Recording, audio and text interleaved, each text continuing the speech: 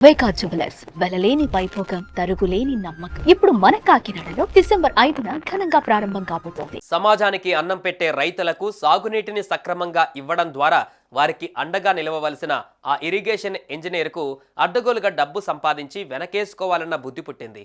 అటు ఇటుగా ఓ 200 కోట్ల రూపాయలు సంపాదించేశాడు. పాపం పండింది. ఏసీబీ చేతిలో చిక్కి ఇప్పుడు 10 మందితో చీ కొట్టించుకుంటున్నాడు. ఇంతకీ ఎవరా మనిషి రూపంలో ఉన్న అవినీతి రాక్షసుడు?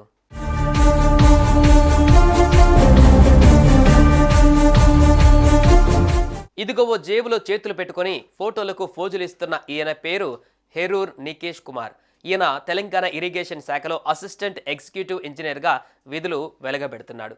5 అంకెల్లో జీతం సంపాదించే ఈ నికేషుడికి ఆ జీతం కంటే కాంట్రాక్టర్లు ఇచ్చే లంచాల మీద మక్కువ ఎక్కువ.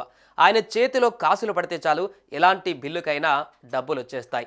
ఇరిగేషన్ పనుల్లో ఎన్ని అవకతవకలున్నా అవి బయటపడకుండా దాగుండిపోతాయి. ఇలా కొన్ని సంవత్సరాల నుంచి ఆయన చూపించిన చేతివాటం వల్ల కోట్ల రూపాయల అక్రమార్జన ఆయన ఇంటి బీరువాల్లోకి పరుగులు తీసింది. ఎంత గొప్పగా ఎంత తెలివిగా లంచాలు నొక్కేశాడో గాని ఓ 5 ఖరీదైన ఫ్లాట్లు కొనేశాడు.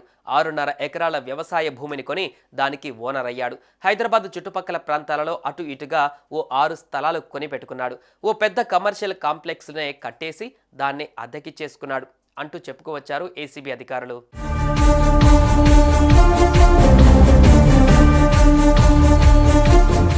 ఎన్నో ఏళ్లుగా ఎంతో గుట్టుగా సాగుతున్న ఇతని అవినీతి భాగోతం జస్ట్ ఓ 3 రోజుల కిందట బయటపడింది. ఏసీబీ అధికారులు ముందుకు కదిలారు. ఇతని ఇంటితో పాటు అతని బంధువులకు చెందిన ఓ 20 ఇళ్లలో తనిఖీలు చేశారు. మొత్తం మీద ఈయన గారు కూడబెట్టిన ఆస్తుల విలువ బహిరంగ మార్కెట్లో 200 కోట్ల రూపాయలుంటాయని లెక్కగట్టారు. మనోడిని అరెస్టు చేసి లోపలేశారు. ప్రస్తుతం ఈ నికేష్ కుమార్ జైల్లో చిప్పకూడు తింటూ కాలం వెల్లదీస్తున్నాడు. ఎంత డబ్బుంటే ఏం, మీ నాన్న లంచగొండి అంటగా అని అతని బిడ్డల్ని స్నేహితులు ప్రశ్నిస్తుంటే వాళ్ళేం సమాధానం చెబుతారు? లంచం తీసుకున్నందుకు మీ ఆయన్ని లోపలేశారంటగా అని ఇరుగు పొరుగు వాళ్ళు బంధువులు ప్రశ్నిస్తుంటే ఆ ఇల్లాలు తల ఎత్తుకొని తిరిగే అవకాశం ఉంటుందా? No chance.